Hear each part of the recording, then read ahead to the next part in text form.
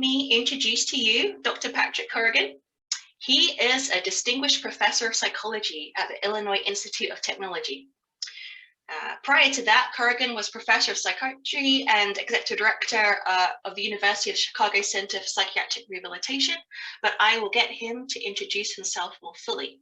He is here today to talk to us about beating the stigma of psychosis, and that's such a pertinent topic. We've already seen that come up numerous times in the news lately, perhaps related to mass shootings, how there's been a call for more mental health treatment, which of course is never a bad thing to have more opportunities for people for healing, but it also equates a lot of violence with mental health, psychosis, or extreme states. So this feels like a super pertinent topic. We didn't expect all this to happen prior, but it couldn't be happening at a better time for us to address this.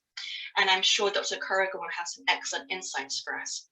I will say to everyone present that at ISPS, we've been having a lot of talk recently about language and the phrases that we use and how some phrases can be potentially marginalizing for people, offensive to people. But I really believe we can't talk about stigma without mentioning some of these terms. So we may be talking about terms such as psychosis, schizophrenia, mental illness, and those terms may not sit with you as the way you want to understand your experiences or other people's experiences. But again, we can't address stigma unless we face those topics head on. It's exactly why we're here, to face stigma head on. So I am going to stop talking now, and I'm going to hand it over to Pat. Pat, go ahead, introduce yourselves, and let's begin. Welcome. I'm speaking to you from Chicago. We're sort of at the end of the heat wave going through the country. Actually, I'm sitting in front of a fan right now if you're aware in the background, because the air conditioning, you know, that great at IIT. And what I want to talk to you about today is the stigma of mental illness, and the fact that our research over the last 20 years suggests the stigma can be as big a problem as the symptoms and disabilities itself. And so to jump right in, we know what stigma is. It's a disrespectful image of people, frequently representing them as dangerous, calling them names like schizo. And we know our goal. I joined with Leah in your organization tackling stigma, because the degree to which we can decrease stigma is the degree to which we can help people with psychosis achieve their goals. And so what I want to do with you today is briefly talk about what stigma is, but much more important, how to focus on how it might be diminished. Actually, you're going to spend some time on approaches that might seem to work so well that actually perhaps don't, and then focusing on what we really believe our work shows, changing the stigmas in the focus of disclosing and having people share their stories, in a program we developed called Honest, Open, Proud to do that. So I want to talk today about understanding stigma from the research world. In 2015, the National Academy of Sciences, Engineering, and Medicine convened a panel of experts. I was actually on the panel. NASM, National Academy of Science, works at the pleasure of the White House and of the Congress. And what I want to share with you is findings we had there about how to change stigma, and equally a recent book that I wrote called Stigma and Health from Columbia University Press. I'm talking again about the unintended consequences of mental health campaigns in a more effective way to talk about it. And so we're talking about this from psychosis. I was a psychiatry professor for about 15 years. And so psychosis evokes all sorts of ideas of medicine and symptoms and medications and the like. But actually, when you talk about social justice, that's not an issue of medicine, it's an issue of social justice, or social injustice, as it were. This is Martin Luther King Jr. coming across the Pettus Bridge in Selma, Alabama, perhaps one of the greatest heroes in social justice in the United States, or what we've done well in the last couple decades, promoting the rights of the LGBTQ community. And even in the disability world, there are examples of heroes that have tried to tear down the stigma. The gentleman in the cowboy hat in the wheelchair, lower right-hand corner, was Justin Dart, and he was one of the heroes in the disability movement. The problem, ironically, in calling this a social justice is that progressive people like all of us on the call want to rush in and fix it. And don't get me wrong, we should, but what happens as a result is we end up making mistakes. And so many of you may remember the military in the time of Bill Clinton actually had a homophobia campaign to identify soldiers, sailors, and the like who were gay and drum them out of the service. And so the military started don't ask, don't tell, which at the time seemed to be a reasonable idea, but in retrospect, we realized that just only promotes closetedness, and asking any group and any identity to keep it a secret in the closet is horrible for their health. Unfortunately, like anything in government, it took 20 years plus until President Obama's administration came along and changed it. And another one, which seems to be good intention, that actually kind of went astray, which some of us remember. Jerry Lewis had his labor telethon for MDA every year. I'm trying to help Jerry's kids and perhaps turning this whole MDA thing into a kid thing. But it led to posters. This is actually Ben Matlin, who as an adult said, you know, he wanted to grow up to be a fireman, and he didn't like the image here of saying certain things couldn't be appropriate for us.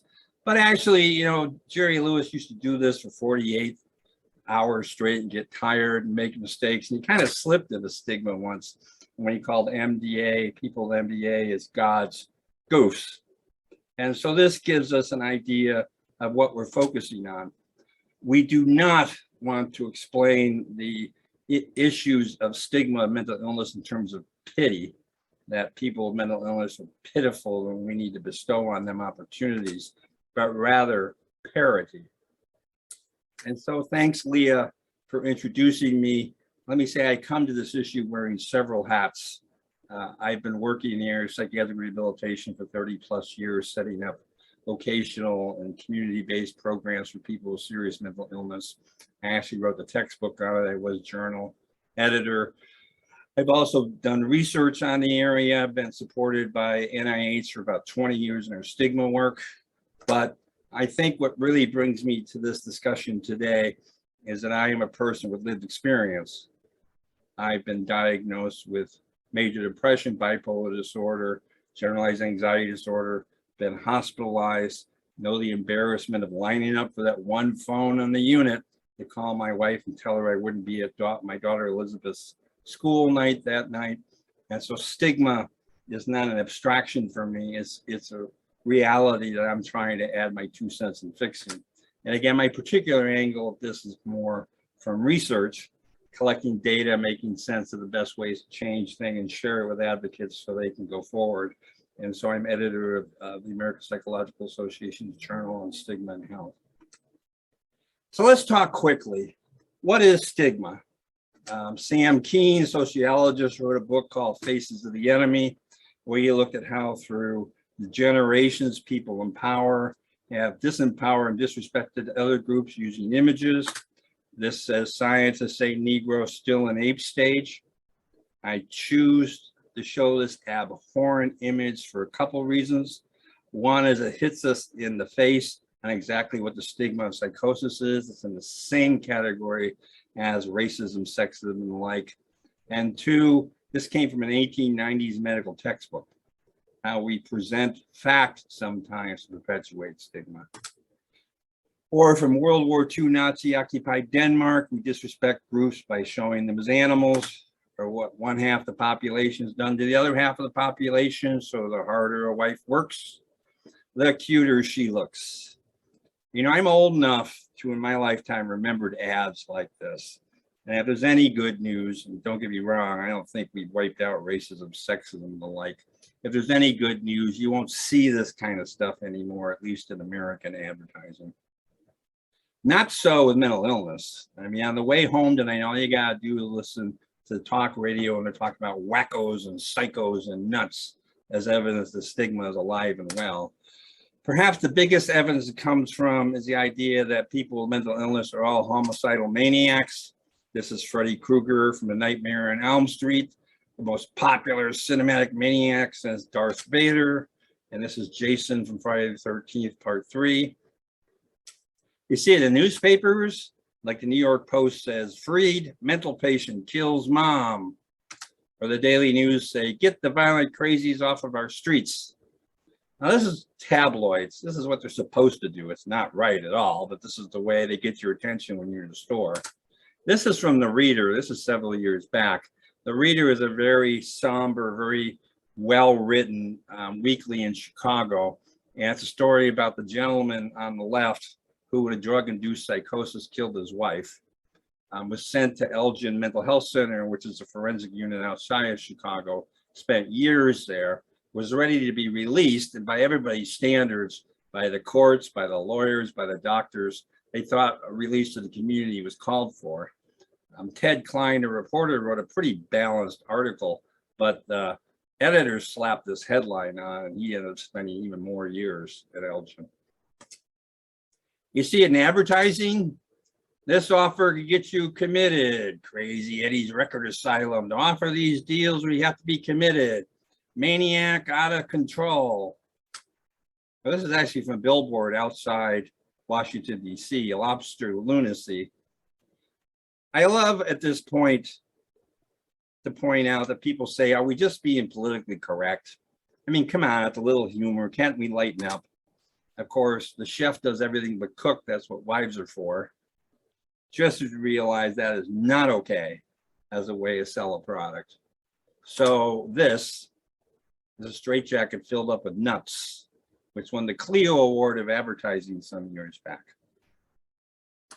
You see it in comics.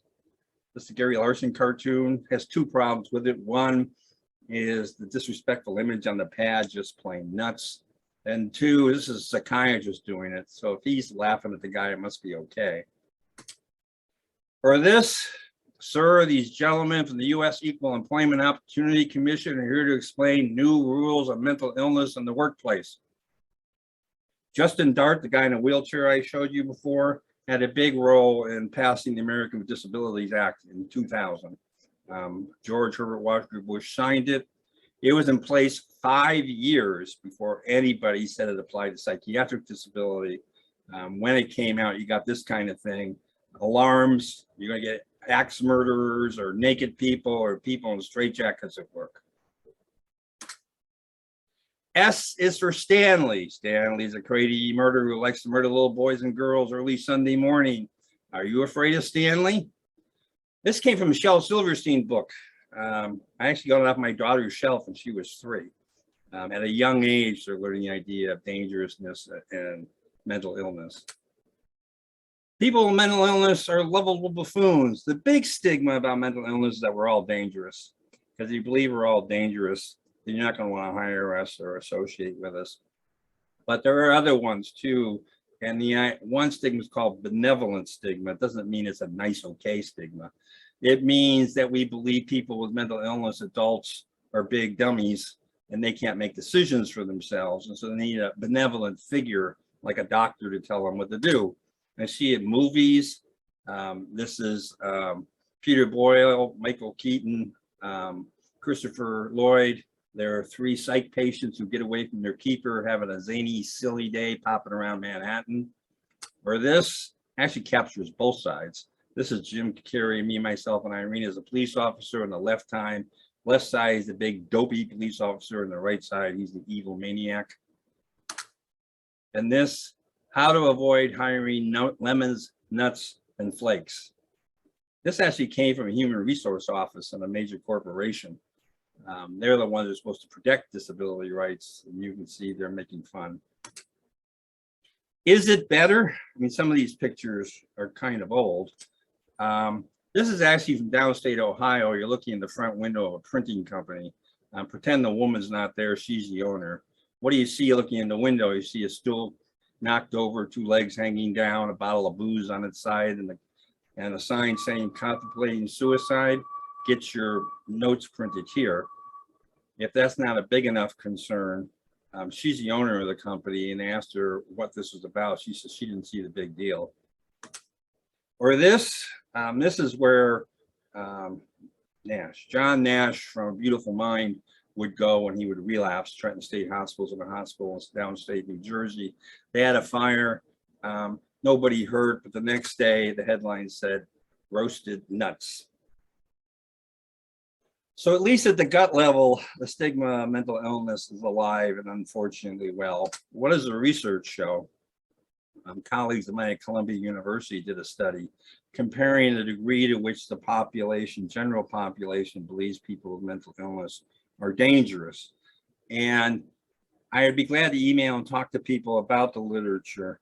The research is complex, but what we know is you grossly overestimate dangerousness in populations compared to what the reality is.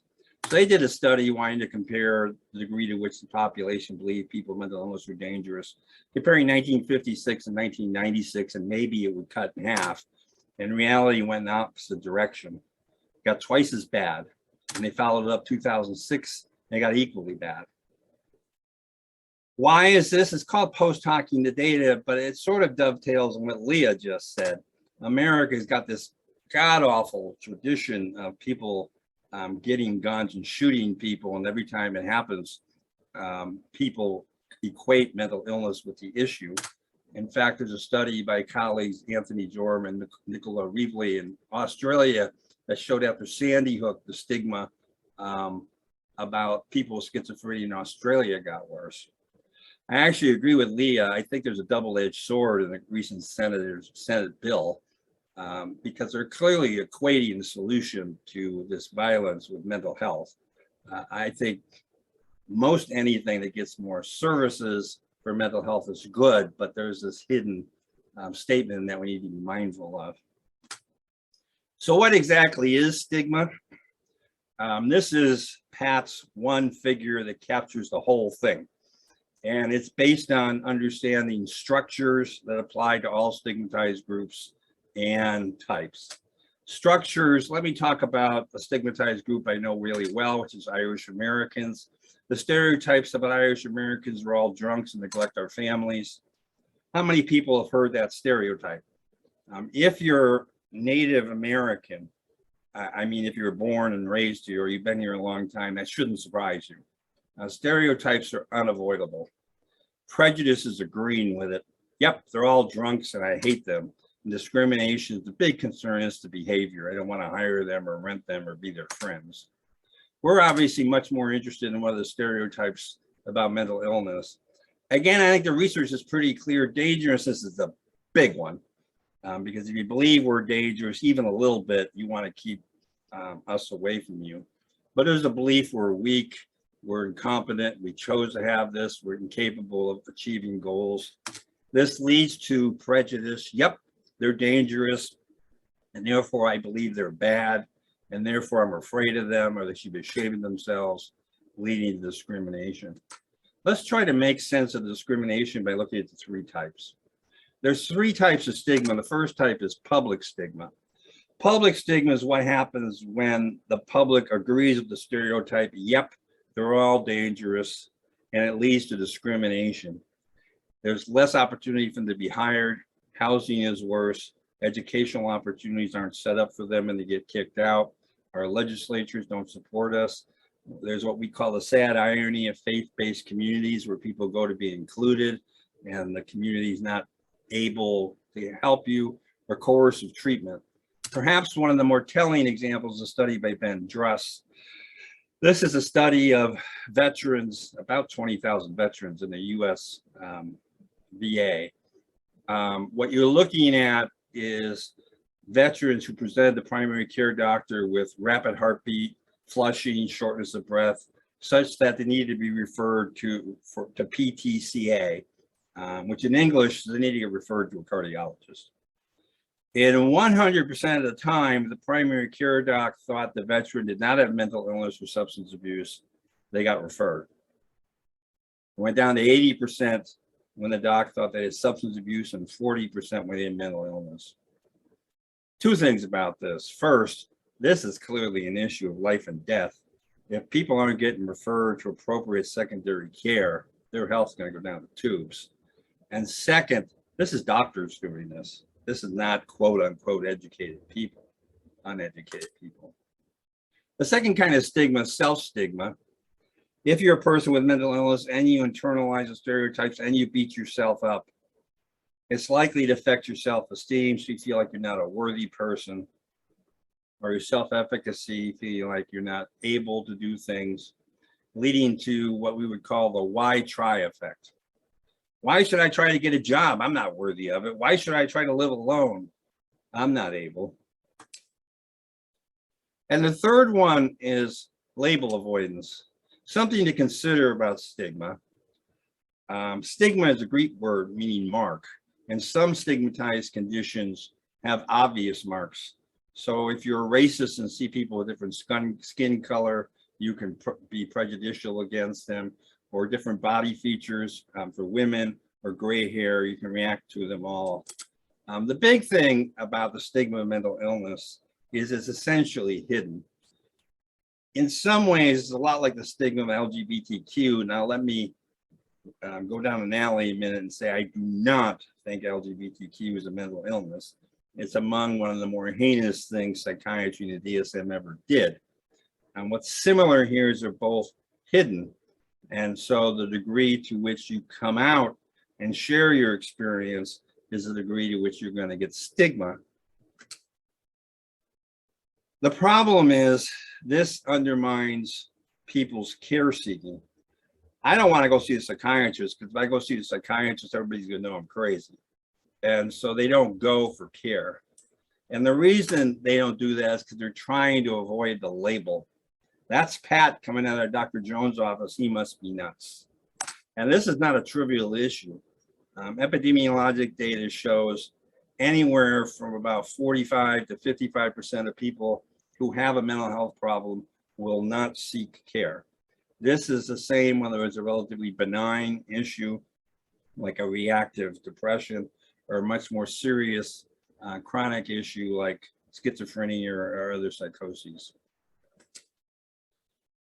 You know, erasing stigma is not enough. It's a great first start, but I'm reminded of Lyndon Johnson, who at a commencement address at Howard University was talking about the civil rights movement and said, "You not wipe away the scars of centuries by saying now you're free to go where you want and do as you desire and choose the leaders you please.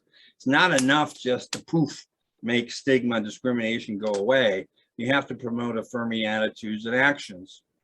And so in terms of mental illness, it's not enough just to get rid of the stigma. We know we've done a good job when we know that the population understands mental illness is people with mental illness recover, that that's the rule, not the exception.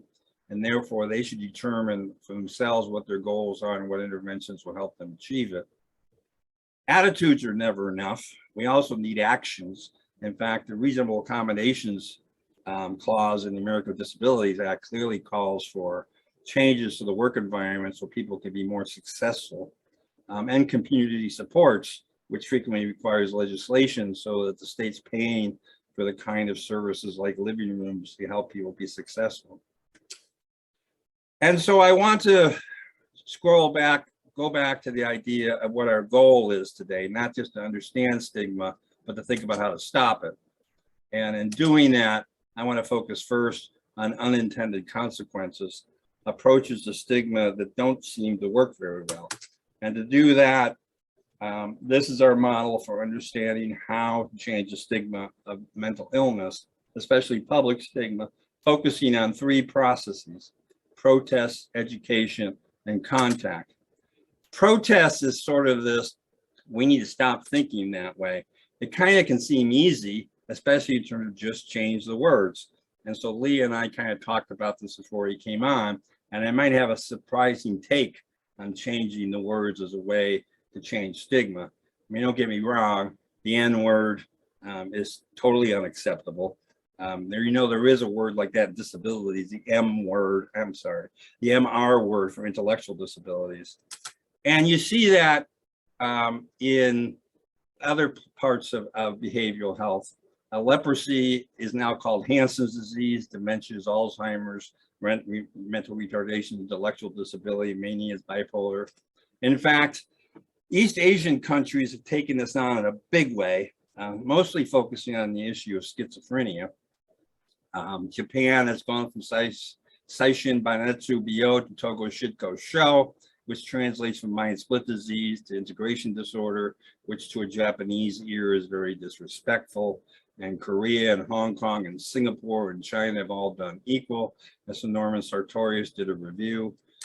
And to share with you the review, but first, there is a movement to rename schizophrenia, just as we allegedly got rid of the stigma of dementia by calling it Alzheimer's disorder. Maybe we get rid of the stigma of schizophrenia by calling it Boiler's disorder, who many of you remember is a Swiss psychiatrist who came up with the 4 defining criteria of schizophrenia in the early 1900s. There have been reviews, 47 studies looking at the impact. The impact on general population is probably none. I don't care what you call it, schizophrenia, Boiler's disorder, or psycho, they're nuts, they're afraid of me, and I don't want to be around them. The reason why we think it's a good idea is because it has a huge impact on providers. The DSM-5 came out some years ago. You know, we cured Asperger's disorder because we took it out of the DSM and instead we put it on the autism spectrum. And I, like all providers, learned these changes pretty quick if you're going to bill and get reimbursed by insurance companies for your work. And so the problem I have is if you're going to do work on stigma, I'm not sure you want to put your eggs in the word basket because it makes it look easy. Policy change, crazy is now on the growing list of politically incorrect words. Seems it's offensive to people of a certain mental state, the sanity challenge. And it leads to, for the example, the National Institute of Mental Health, we've been working with them on and off for 20 years. They kind of wax and wane on a degree to which they think it's a problem and they're going to fund it. Or some advocacy groups no longer think it's a problem. I think the other thing I'd like to say is I just don't think there's an N word yet for mental health. I challenge you, if you want to break in subgroups, see if you can try. I worked with a group in Colorado. They had met 5 times before I got there, and they're still fighting over whether they call it behavioral health problems, mental health problems, mental challengers, mental wellness. I mean, there's a lot of strong feelings about this, and I'm not sure consensus on the words is where you want to go. Also, the problem is it leads to word police. Tisk, tisk. You used the wrong word, and it derails us from what our real task is, which is try to change stigma. And so back to the matrix, I want to look at education, and my own research over the years, this is probably the big surprise to me. It would seem like knowledge is gold, so we can educate stigma away. So there have been some awesome public health education programs oriented to behavioral health over the last couple of decades. DARE, at one point, was in 75% of US school districts, typically done by police officers with 6th, 7th, and 8th graders. One of the rare times the federal government's actually did 5 studies on it. 4 of the studies had no effects or uncertain effects. The 5th one was done at Indiana University, and it actually showed kids who went to DARE were significantly more likely to use drugs and alcohol. Or another one is closer to home. Actually, I put this slide together before the pandemic, but before the pandemic, there was this belief going around that vaccinations cause autism, which is not a trivial issue. Both at the individual level, you're risking one's child in getting these childhood disorders, and more at a population level, the prevalence of childhood disorders are going up. So people would do research where they would target parents who believed this and showed them vaccine fact sheets. This is what the CDC says is the truth about vaccines, and show them video of what happens to a little girl like this when she gets measles, and looking at the effect it has. Nyan in 2014 did a study, and they found that attitudes about vaccinations did not change from pre to post. So parents who went to this didn't change their ideas at all, and intent got significantly worse. This is sort of a don't tell me what to think phenomenon. So education, at least in these kind of cases, is kind of doubtful in terms of changing behavior. Let's go specific to the US. We go back to George Herbert Walker Bush, who in 1990 launched the Decade of the Brain. The idea was NIH was going to share with people a serious mental illness like psychosis or fundamentally a brain disorder. And this is a PET scan of somebody hearing voices with the occipital lobe in the back, red, all lit up. And the idea was we'd be less likely to blame people for their mental illness if we thought it was a brain disorder. And research we actually did about 20 years ago shows that blame goes significantly down. But here's the problem, so does recovery. It's a belief that you're not going to get better. You might look good, but it's hardwired in. You could flip out at any minute. And it's recovery or the lack of endorsement will predict the degree to which you're going to hire somebody with mental illness or rent to them or provide them equal health care. And so I worked with a group in Germany a few years back doing a meta-analysis. And for those of you who haven't done a meta-analysis, consider the problem with the research. Somebody does a study, they put it in a journal, it goes on the shelf, study shelf, study shelf.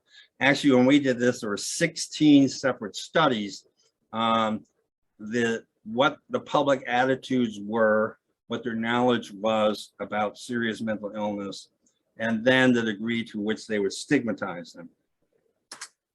And so what you find is in the next four graphs, reds is public attitudes about schizophrenia.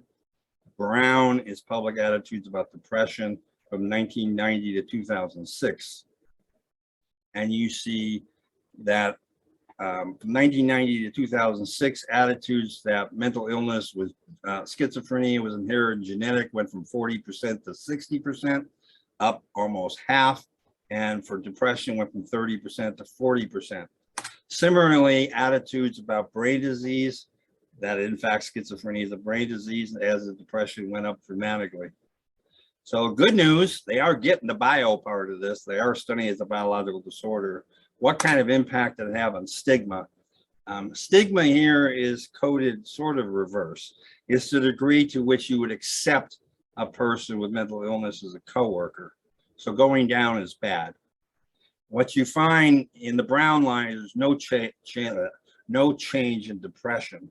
Now that's a bit of a surprise. What you hear anecdotally is everybody saying, well, at least stigma, depression's getting better. You don't see that. And the degree to which the population would not accept someone with schizophrenia as a coworker went down markedly. And the same thing if they were neighbors. So I'm hesitant to encourage people to throw together an education program as a way to try to change stigma. So what would we invest in? We think contact is the way to go. We think meeting people with a condition, meeting people with psychosis or bipolar disorder or schizophrenia is a way to change stigma. And when we do that, we usually set up a situation where they meet, in our case, Bob Lundeen. Bob and I think we're kind of spiritually linked. We were born and graduated from grade school, high school, and college all within a month of each other. When he got out of college, he started a life career in schizoaffective disorder, a pretty significant mental illness. And so when he tells the story, he likes to identify his disorder. It's one of the quickest ways to get the stigma going. Bob's story is his childhood. It was not unusual, trying to track the issue trying to challenge the issue that people with schizophrenia are born broken. That unfortunately his mental illness is traumatic. The problem when you meet Bob is they go, for real? I mean, you look too good. You can't have schizophrenia. And in case he's been hospitalized a lot, he's abused drugs. When he gets manic, he ends up getting in trouble with the police. And despite that, he's achieved. He and I worked together at University of Chicago for about 8 years. He then went to DuPage County, which is a county just west of Chicago, where he was a peer mentor for about 10 years. He just retired. He writes for the Chicago Stage about his experiences in mental health. And so the issue here is, how does contact compare to education in changing attitudes? This is a meta-analysis we did comparing the effect of education in blue and contact in red. The overall effect on attitudes and effect on behavior. And you can see that the effect doubles for contact. And another study that we looked at in terms of contact and education, again, you see the effect of contact is significantly better. And these last two studies were done in Australia, again, significantly better. And so where do we think the stigma of mental illness is best changed? We would argue that good stigma change is targeted, local, credible, continuous contact. Notice the whole thing rests on contact. In terms of gay rights, I'm a huge supporter of gay rights. I'm a straight male. Therefore, in supporting gay rights issues, I'm an ally to LGBTQ people. Similarly, if you're a person with lived experience, you're out there telling the story. If you're a provider, you're their ally. It should be targeted. I'd like to change stigma tomorrow, wave my magic wand. It's not going to happen. If you really want to do it, you need to do an anti-stigma program for landlords to make sure they rent to people with mental illness, and employers to make sure they hire them, and both to make sure they provide reasonable accommodations, as well as these other groups. Needs to be local. We actually rolled this program out at a World Psychiatric Association meeting in Canada some years ago. You may know what Canadians think of us. Any idea that comes from the US is not going to get much traction there. So if you want to develop a program, coming out program in Canada, it would have to be led by Canadians. Sometimes I think the US might be even rougher. I'm in Chicago, we're in the middle, we're in the heartland, we're the true Americans. We believe everybody in the East Coast is pumped up on caffeine, everybody in the West Coast is zoned out on marijuana. And so if you're going to develop something in Illinois, it needs to be led by Illinoisans. Chicago is actually in the upper right corner of right on Lake Michigan. And we are about half the population in the state, but the rest of the state is rural. And so if you're going to develop something for Illinois in rural areas, it needs to play in Peoria. In addition to that, stigma change needs to be credible and continuous. Credible, I've not been in the US military. I have had the fortune of working with the Department of Defense and the Veterans Administration. And we know if you're going to try to change stigma amongst vets and active military, the mission needs to be led by vets and active military. There may be even some belief that speaking within branches is more effective. Sailors talk to sailors, soldiers to soldiers, Marines and the like.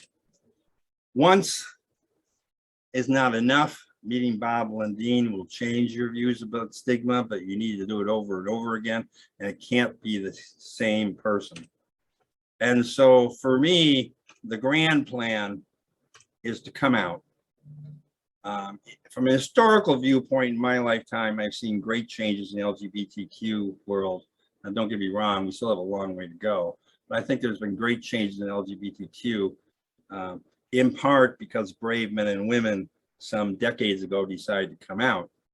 And so similarly, the degree to which people with mental illness come out is the degree to which will change stigma. In fact, people are already doing it. There's come out mad and come out proud movements across the United States. Some famous people have done it.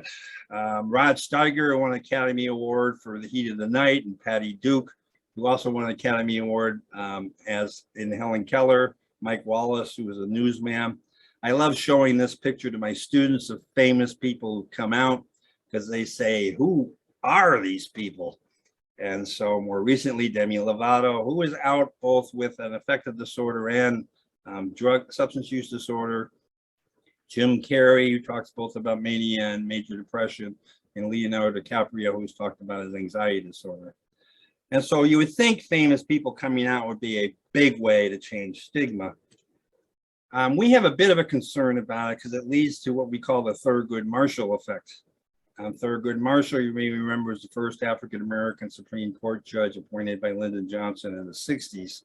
And when he was appointed, a lot of progressive people said, this is great, because it really changed negative attitudes about Black people. But it doesn't work that way. You look at Thurgood Marshall and you say he's not like other Black people. Or this is John Nash.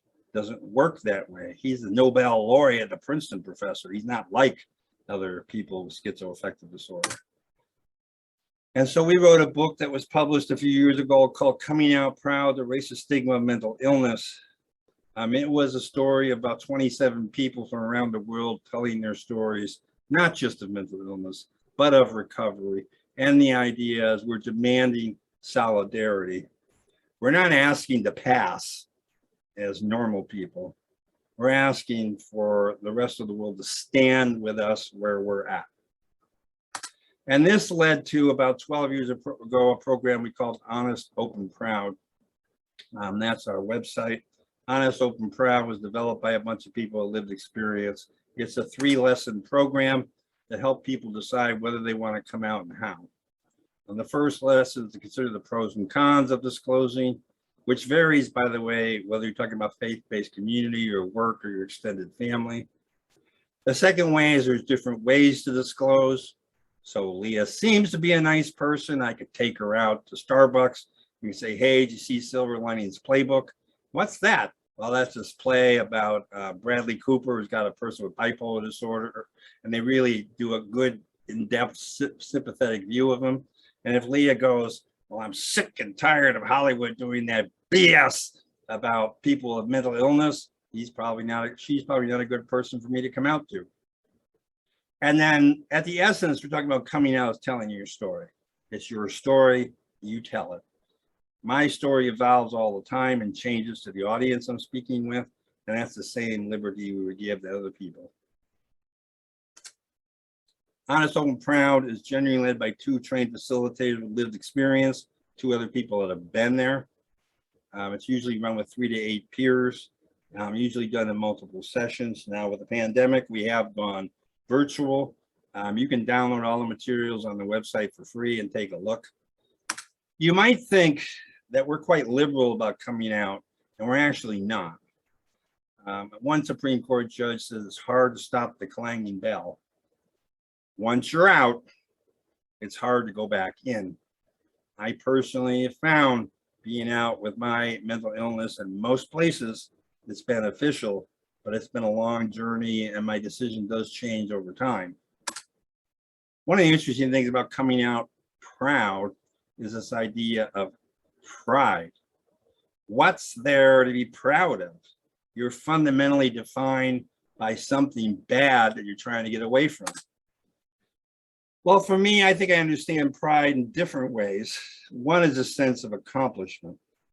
And somehow, despite major mental health problems, I somehow got through school and got a diploma. I can tell you, like many people's disability, mine continues, and the degree to which I continue to live with it and go on with day to day is an accomplishment I'm quite proud of. Second is pride is an issue of identity. Who am I? You know, one identity we all know well is our ethnic identity. For those of you who don't know, this is the Irish flag. One of the best things my parents ever did was name me Patrick because I don't have to buy alcohol on St. Patrick's Day. It's nothing I ever did to earn, but I like to identify that way and tell people stories about it.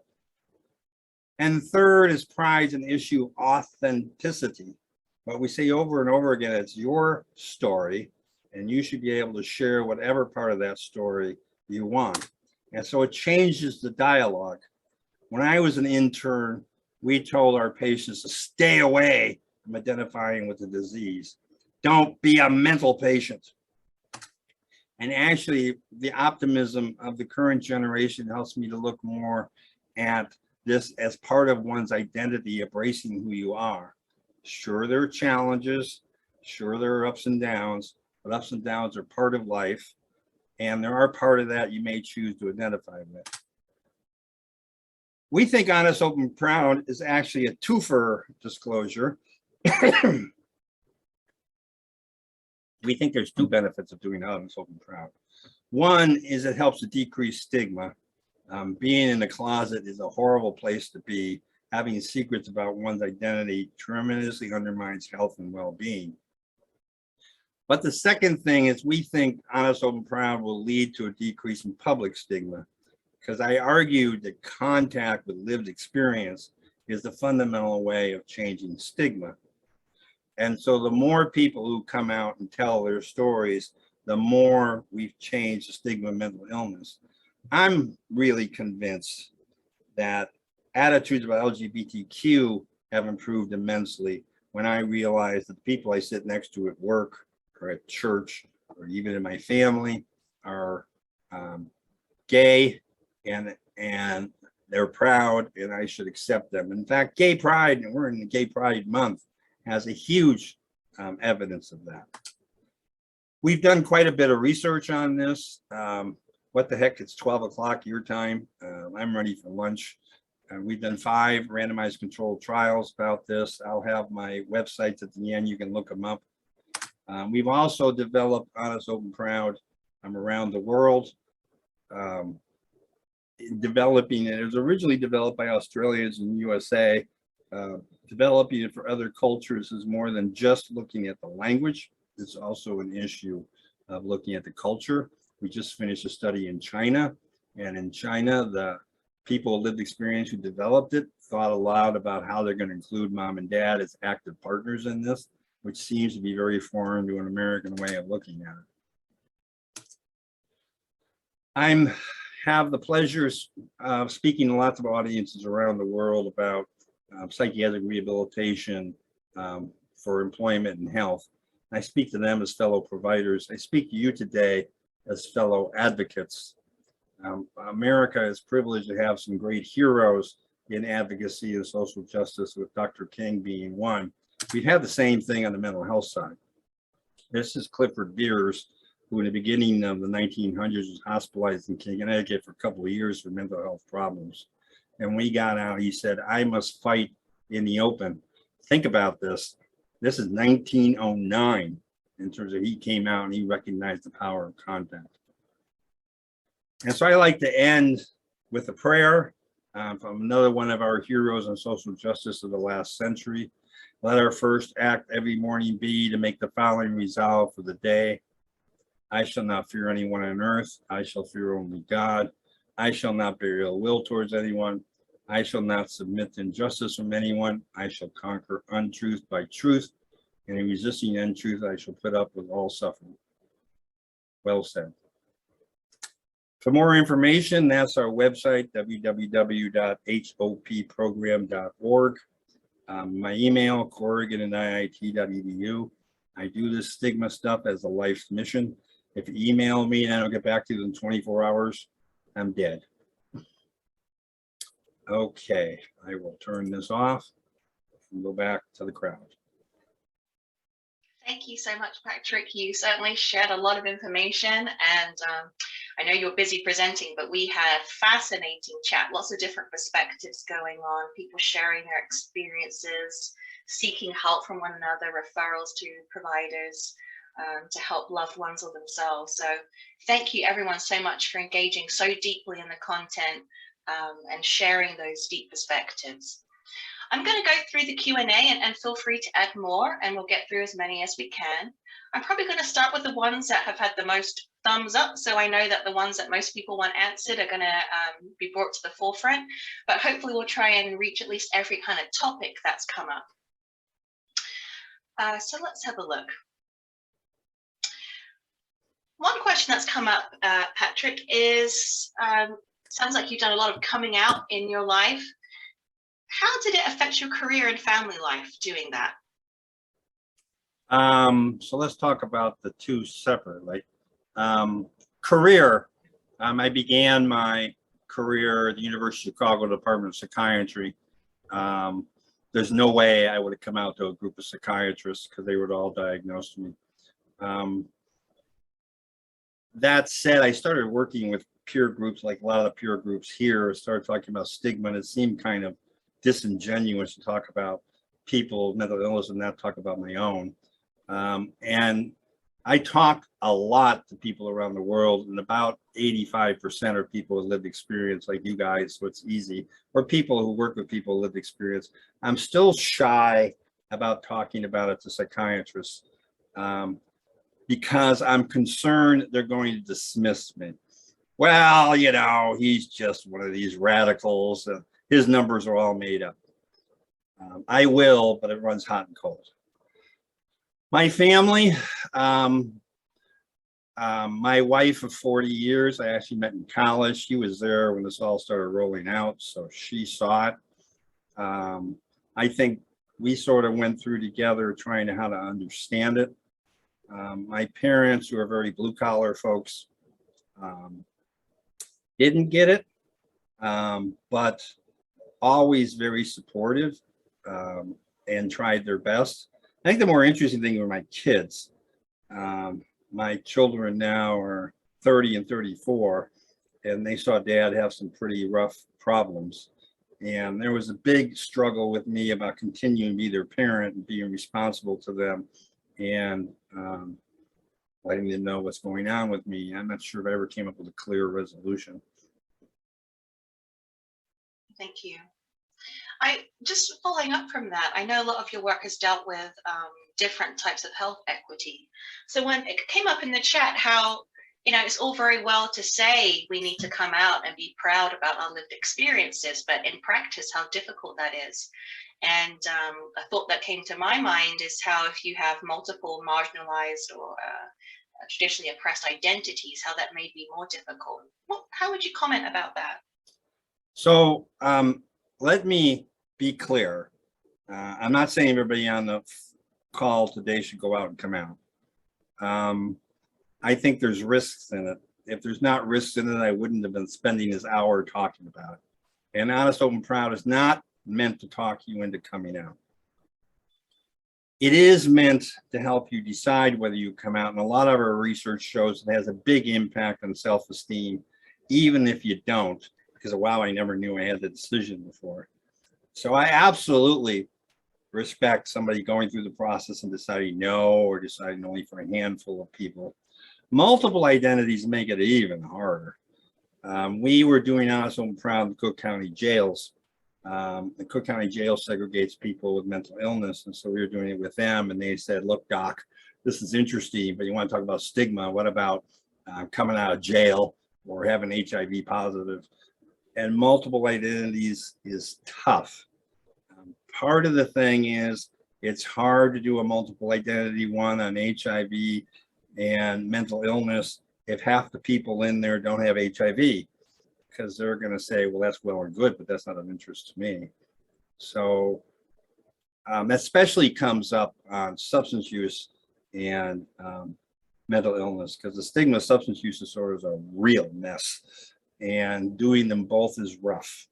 If anybody wants to tackle it, I would glad to think together with them about how they're going to do it. At this point, we've developed Honest, Open, Proud for all sorts of conditions, but no intersections, because we can't figure out how to do it. It strikes me that maybe privilege can play part of it too, because I think back in my life when I've been able to come out as having lived experience, I've been in settings where I've been afforded that privilege. Whereas I think back to times in my life where maybe I've been working a minimum wage job and coming out to my boss, I'm very disposable. Whereas going up in my career and being in greater positions of power have allowed me to do that. Do you therefore think it's down to those who have some power or privilege to lead that charge, or do you think it's important for all types of folks to do so? Well, it's definitely easier. It was a lot easier when I was a professor to do it than when I was a brand new faculty member. However, stigma change has its biggest impact when, and I hate this term, I don't know what other term to say, the average person we sit next to in temple and synagogue and work and at the store are out, because they're just like me. And I noticed in the chat, many people identify themselves as peers or people with lived experience, and they're the heroes. They are the biggest bang for the buck in terms of tearing down the stigma. Okay, moving on slightly, people have asked, in recovery stories, do you include people who have fully recovered from mental illness despite their diagnosis, who have taken no medication or have had no contact with the mental health system? Because that also happens and needs to be part of the discourse and not relegated to oblivion. Okay, focus the question for me. So I think it's about a sort of part of coming out or highlighting stories Do you feel it's important, or have you highlighted stories where folks, have had good outcomes, but not related to medication or contact with the mental health system? Amen, brother, sister. I definitely don't think stigma goes away when you cure the illness. And I definitely don't think your stigma goes away when you're not symptomatic anymore. Both those cases were misunderstanding how these are social constructs. Don't get me wrong, I take meds every day, and I think there's a benefit there, but a lot of people are quite successful when they're not. And it's you achieving your goals in a respected and self-esteemed way is the way you tear down stigma. Thank you. I mean, I mentioned as we were introducing everybody, a couple of New York Times articles recently where people have even come out very clear in the media of trying alternative ways to recover, respite houses rather than taking medication when it hasn't worked for them. Do you think that's useful in terms of tackling stigma? So let me disclose to you, I cut my teeth in a psychiatry department. I did a postdoc in a psychiatry department. I really bought that stuff. And I know there's at least one person on here who's a voice hearer. And I think that's just a paradigm breaker. I just think to say voice hearing is for some people an experience. It's not a symptom. It's not a disability. For some people, it might even have benefit, is all the kind of message that's both good for their stigma and for the rest of the world. So I do not say the National Alliance of Mental Illness has I'm blocking on their program, which has 4 lessons to it. And one of the lessons is to talk about what you did to handle your symptoms. I don't necessarily think that's required in recovery. Thank you. Pat, as we expected from our pre-chat too, we've had some people challenging the use of the term mental illness, which we know would come up and is very real to a lot of people. And some folks have said people with lived experience, they might not want to participate in that because that's not how they view their own experiences. What are your comments upon that? Why do you as a person with lived experience use the term mental illness, for instance?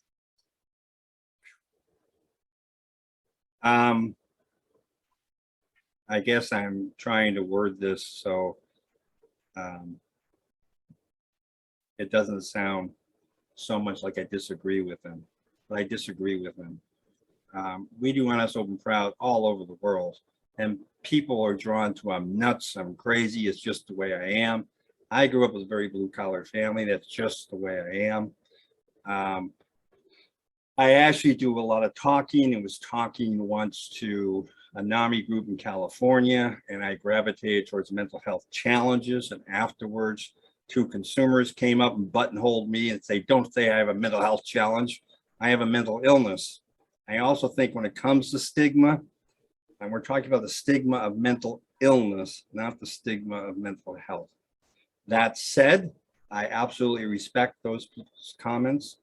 I would just ask that we think about respecting other people's choices. You could say they're ignorant, which is kind of a risky thing to say. But again, in somebody who knows the literature, I don't think there's a key consensus yet on what we call this thing called mental illness. I'm definitely for person-first language. I'm definitely for agency, self-determination, recovery. But when we call this thing that the average person on the street stigmatizes, I don't think there's a clear consensus on what that is.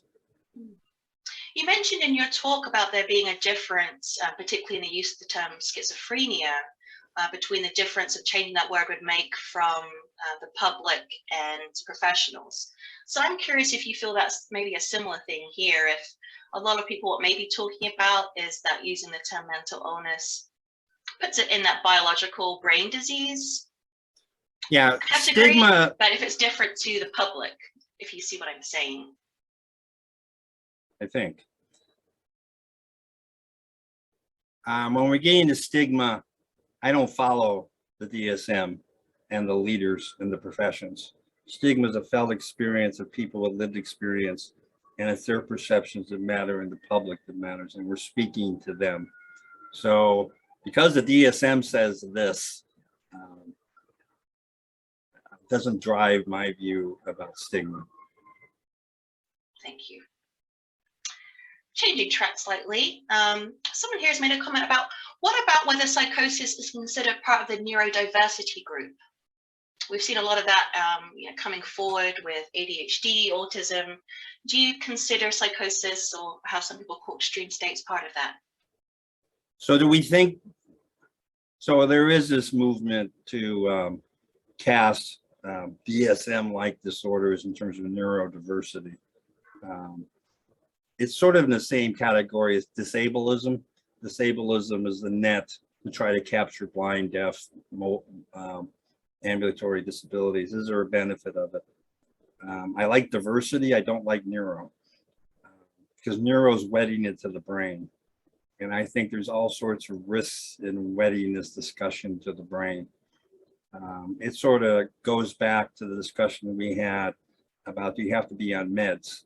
I think my life as a person with mental illness is a lot more than whatever sum of neurons I have. Absolutely. Thank you. But I'm not going to go to war with the neurodiversity people. There are people I will go to war with. The Treatment Advocacy Center is probably one. The Treatment Advocacy Center has a long, rich history of saying that people with mental illness are in fact dangerous. And so they sort of cook the data that says that we need to be more aggressive in terms of assertive programs, outpatient commitment, to keep these dangerous people from doing dangerous things. Agreed. A question here, going back to the identity first language that you mentioned, would you suggest using identity first language or person first language in talking about psychosis, or does that not really make a difference to people's perception? Boy, these questions are really complex. Yeah, we have a very deep thinking crowd. Do I use it? I mean, go back and listen to this tape. I think everything I said was person first language. Do I do it because I think that's respectful, and do I want that in myself? Yes. I don't want to be known, heavens to Betsy's a schizophrenic. That is probably the closest to an N-word. That said, do I think it changes the public?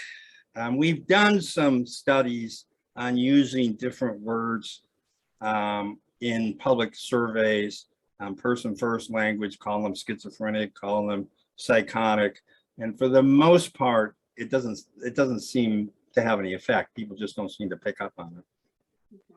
But as a respectful human being to my peers, both as a provider and a peer, I'm really into person first language. I can tell you as an aside, you talked about health equity research. We're finishing up a center on health equity, and we're including people with other disabilities, particularly deaf. And the deaf community does not like person first language. Or I should say, let me reframe that.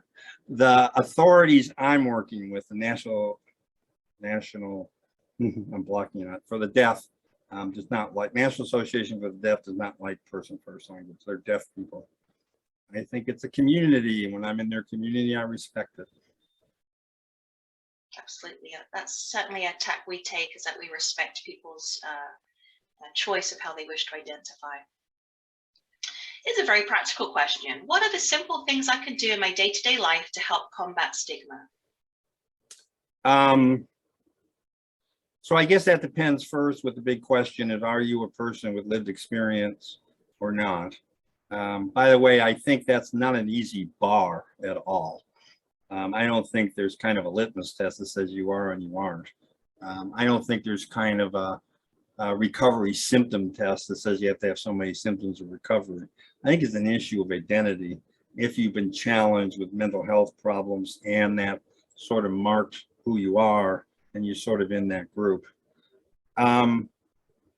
If you are a person with lived experience, I think you want to model, if you're comfortable, you want to share your story of recovery. The problem with recovery is it's fundamentally hidden, and the story is mostly out there. What you see in the newspapers are people having a hard time with mental illness. And you talk about the New York Times, about 8 years ago, the New York Times on Sunday ran a front page article on people with schizophrenia and recovery. I think if you're out there with recovery, that's good. If you want to disclose, that's good. I would do it strategically. I'm not telling everybody to go out and do it today.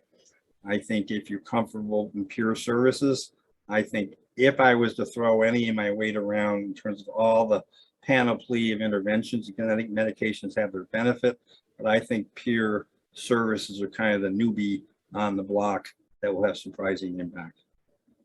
If you're not a person with lived experience, if you're here as a provider or you're here as a family member and caretaker,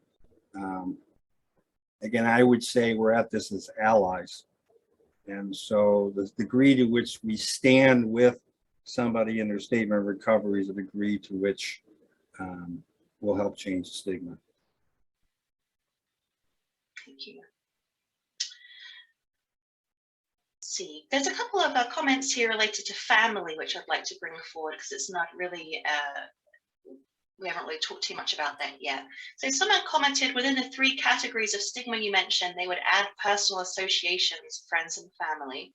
So that's just a statement, but there was a question. So can I absolutely agree. The great sociologist of stigma named Irving Goffman called that courtesy stigma, which is kind of a bizarre term, but it's sort of what's extended to people by associations. I think that it's not trivial, not by the least. It has its own impact on people's self-worth and self-esteem. I think what we need to remember is they're both legitimate stigmas, but their agenda does not necessarily overlap. Yes. We've also got a second comment here about family members. So this person says, I've shared my story with family members and loved ones supporting someone with a diagnosis. They know and meet someone with a diagnosis, yet they are projecting fear, hopelessness, and other things on their loved one. They think that the diagnosed loved one could be violent, unlazy, etc. How does stigma in the family change? How do you change stigma in the family? Yes. Even after coming out, it sounds like the point is. Again, I empathize with that. I think the big thing in my personal professional lifestyle that really has changed the dialogue is the idea of recovery. Because again, what I learned in school and what people still think is your diagnosis with psychosis is the kiss of death diagnosis and you're done. And there used to be this whole movement of grieving, that families should grieve. And that's a terrible pall to put over people's life. So the degree to which the person with lived experience can join with their family to focus on recovery, not diminish their goals, but join with the family on recovery, and therefore also in self-determination might be the way to change that. That said, sadly, again, we look at the LGBTQ community, there are large facets of the world who still won't accept the gay child, and that is, in that case, for mental illness, do you need to think about not abandoning, but throwing up some walls on that issue with him? For self-protection, yes. Another question here. I'd love to hear any thoughts you might have about promoting treatment in a way that is person-centered and minimizes the impact of stigma. It seems that self-referrals for psychosis treatment are the exception rather than the rule, which is counter to the concept of self-determination. And I wonder if stigma plays a role in this problem. For instance, making people feel they should hide that they are struggling and might need help. Amen. One of the things the research has shown that's actually gotten better is over the last, maybe about 20 years ago, research showed the most stigmatizing profession. We're talking doctors, lawyers, plumbers, electricians, psychiatrists. The most stigmatizing professions are psychiatrists. And the second most are psychologists. And the reason is, especially if you're working with people with psychosis, you tend to think they're sick. and you tend to get in the emergency mode, and you tend to want to do whatever it can to make sure they don't fail and fall apart. And all of that undermines self-determination. And if I'm all ready to get somebody to come through my office and I diagnose them with schizophrenia and want to take over, that's totally contrary to any of you going to it for self-determination. I think if there is a good news, I think there's a couple things. One is the newer generation of people really were trained on recovery, and recovery and self-determination is a game changer. And two, I really think we'll go back to those peer services. Peer service providers are on teams. It really decreases the gallows humor about that person thinks they can get better. They can't get better. You don't say things like that when there's peer providers on the team who first aren't going to appreciate it and second model every day what recovery is. Yes, I agree. It's so important to have people with lived experience in those spaces, but of course they take a lot of risk, and they are trying to change the system almost by themselves in these state hospitals and these large systems. So such a heavy weight. The U.S., in my opinion, rarely I can say this, the U.S. really seems to be a leader in this. They really are moving ahead on peer support providers. CMS, Center for Medicaid and Medicare Services, a few years back recognized peer support, certified peer support specialists as reimbursable professions, which is a key step, because as a CEO, I don't care how much I love you, I can't hire you unless you can bill. And now we have a grant with the state of Illinois actually to train at our university peer support specialists who can take the test and go out and become full-fledged providers. And I can tell you, recently just shocked me. Remember I talked to you about Elgin State Hospital, which is our mental health prison, had a job for a peer support provider that started at 60 to 84,000. And it's like, amen, now we're talking.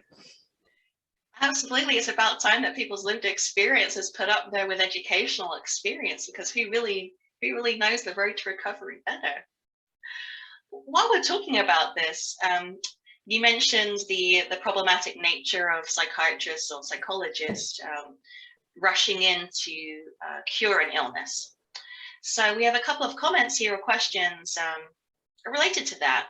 One is, I find interesting we lack labeling yet the extremes of core emotions as mental illness. Perhaps we will eventually. Any comments or perspectives? Can you help me, Leah, better understand the question? Are they saying that labeling diagnosis of DSM might be fundamentally lacking? And I think so, pathologicalizing extreme core emotions.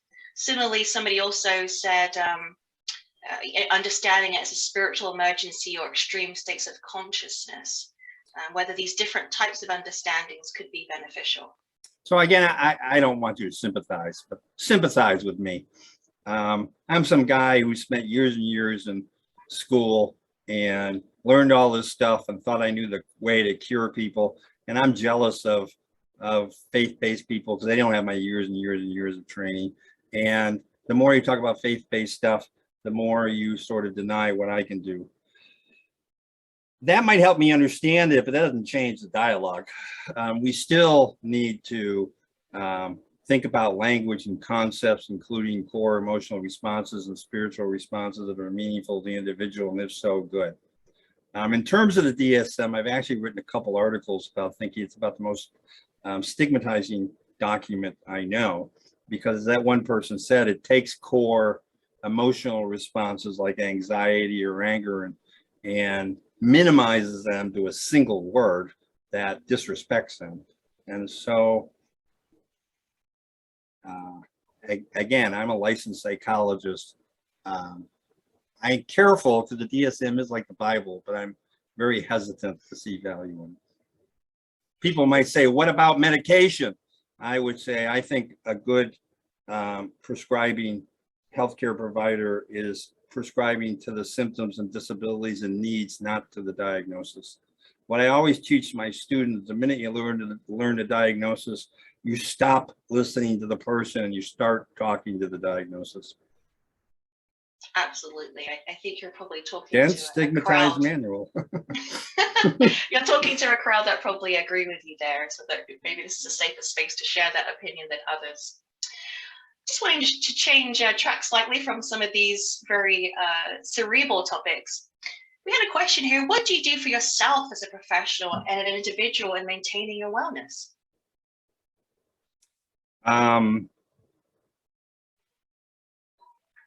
Family's big. I've been married for 40 years. She's awesome. I'm moving into a new generation. Oh, precious. That's my grandbaby, Clara, and my daughter, Liz. Family's big. I'm privileged to say both of my kids live nearby. I love woodworking, but I also, in case you can't tell, I'm not the best at it because I chop off fingers. I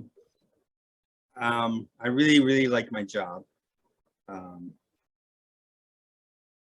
I think I used to like traveling. The problem is I travel so much for work. I just got exhausted. And now with the pandemic, I actually thought that was an upside for me. And so I can do much more stuff virtually. We'll see how that goes in the future. Thank you for sharing that precious little baby. We still have quite a few questions. I'm going to go with the next one with the most up ticks. So from an energetic perspective, human energy system of subtle bodies and chakras, we know the mental self has a foundation upon the emotional self. The emotional self has a foundation on the physical self. Would you mention your experience personally or professionally with addressing the somatic, physical, or emotional health and balance as a means of addressing mental health and wellness? I think this person is more skilled at this area than I am. I think the other thing I've learned as I get older and older, there's lots of really great ways of looking at things out there. I just am not going to master them. So I'm not sure I can answer this question unless it's unpacked to more specifics. Feel free to unpack in the Q&A and we can revisit that. We've talked a bit about peer providers in the workplace, and it sounds like you believe that's an excellent way forward for us to tackle stigma. But do you think those peer providers face stigma on the job?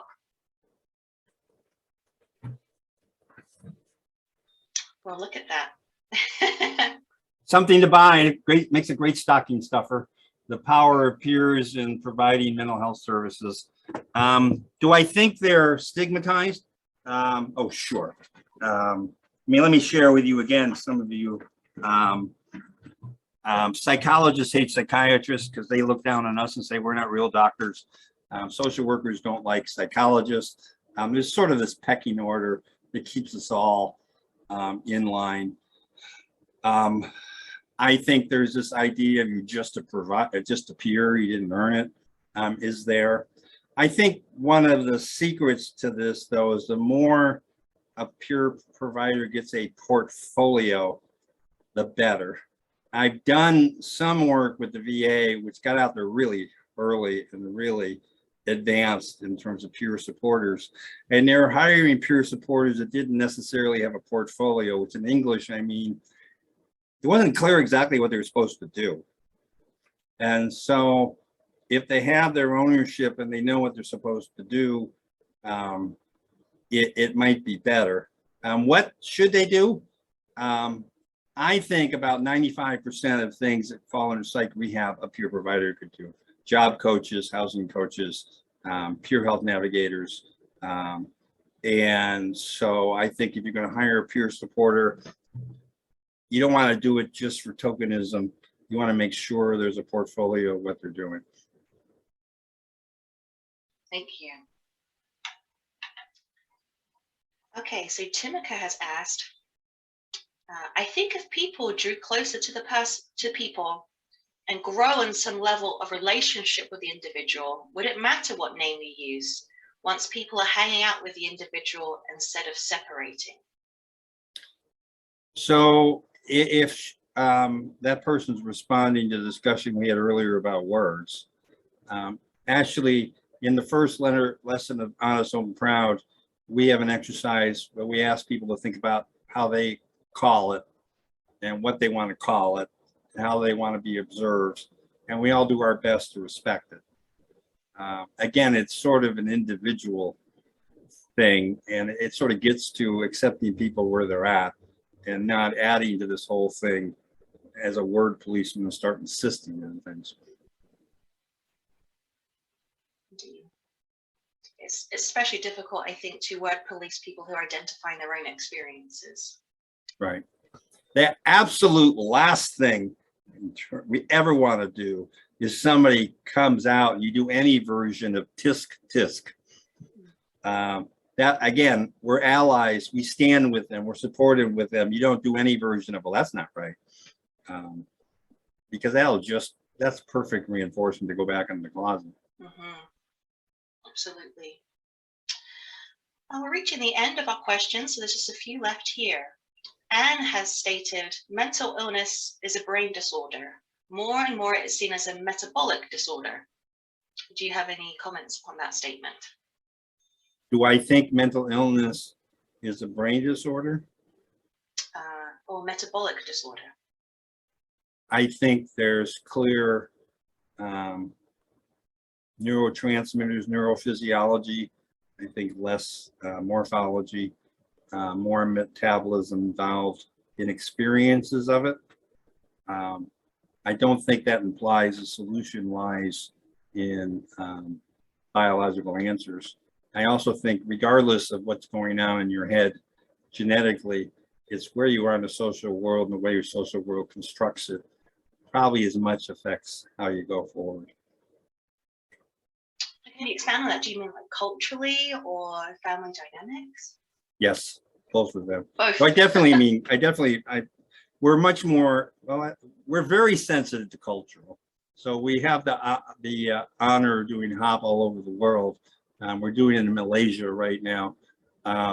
We do a lot of work on self-determination. One of the more interesting experiences I ever had, Matt, is we had a center on self-determination. And one of my Chinese colleagues says that don't play in China. Where's the family involved in this?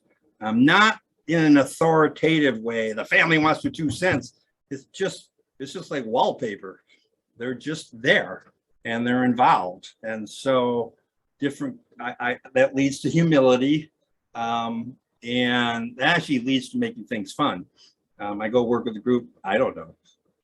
So we do community-based participatory research, how we engage groups so they can develop these things for themselves.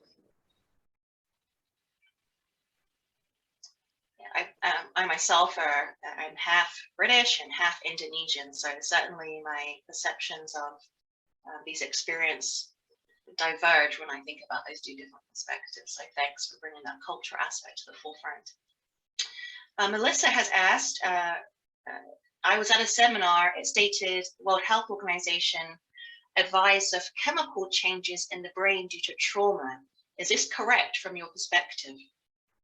Do chemical changes in the brain due to trauma cause mental illness? I think that's what this question is asking. There's probably no doubt. I'll be honest, I don't know the research on neurophysiology, chemicals in the brain, neurotransmitters, and trauma. I wouldn't be surprised. I think what's interesting about trauma, again, is looking at mental health care over the last 50 years. When I was in school, we kind of ran away from trauma because it was kind of reminiscent of Sigmund Freud, and everything was traumatic, and we all kind of poo-pooed that. In the last 10, 15, or 20 years, people woke up and said, duh, trauma is a huge thing, and it's probably a parallel force in a lot of people's lives. And so you definitely need to have trauma-informed care, whether that occurs at the physiologic level or the family level, the social, the behavioral is up to the healthcare provider and the person to decide. Let me reframe that. It's up to the person with the mental health care provider to decide. Absolutely. It strikes me that a lot of trauma can also be stigmatized, such as different types of childhood abuse. Do you think that can also impact how people's thoughts about coming out or the efficacy of coming out? I think coming out is going to be a function of what you come out with. As I said, we looked at substance use disorder versus mental illness, and there's a real big difference. And we've done some work in the VA with veterans experienced trauma, battle-related trauma. It's a very different thing. And so for a vet, what they're going to come out and say and who their audience is really is something they want to share with peers and try on and take off and think about it. Yeah, of course, some of the traumas that would be more compassionately looked at by others who might have experienced those traumas than those who have not been in a combat situation. That would make total sense. Well, Pat, we have reached 1:30 in respect for everybody's time. We're going to end there. I'm sorry we didn't get to every single question, but I think we've covered a vast array of subjects very deeply. I want to thank everybody for engaging in this. There's been a lot of disclosure and people talking about their own circumstances.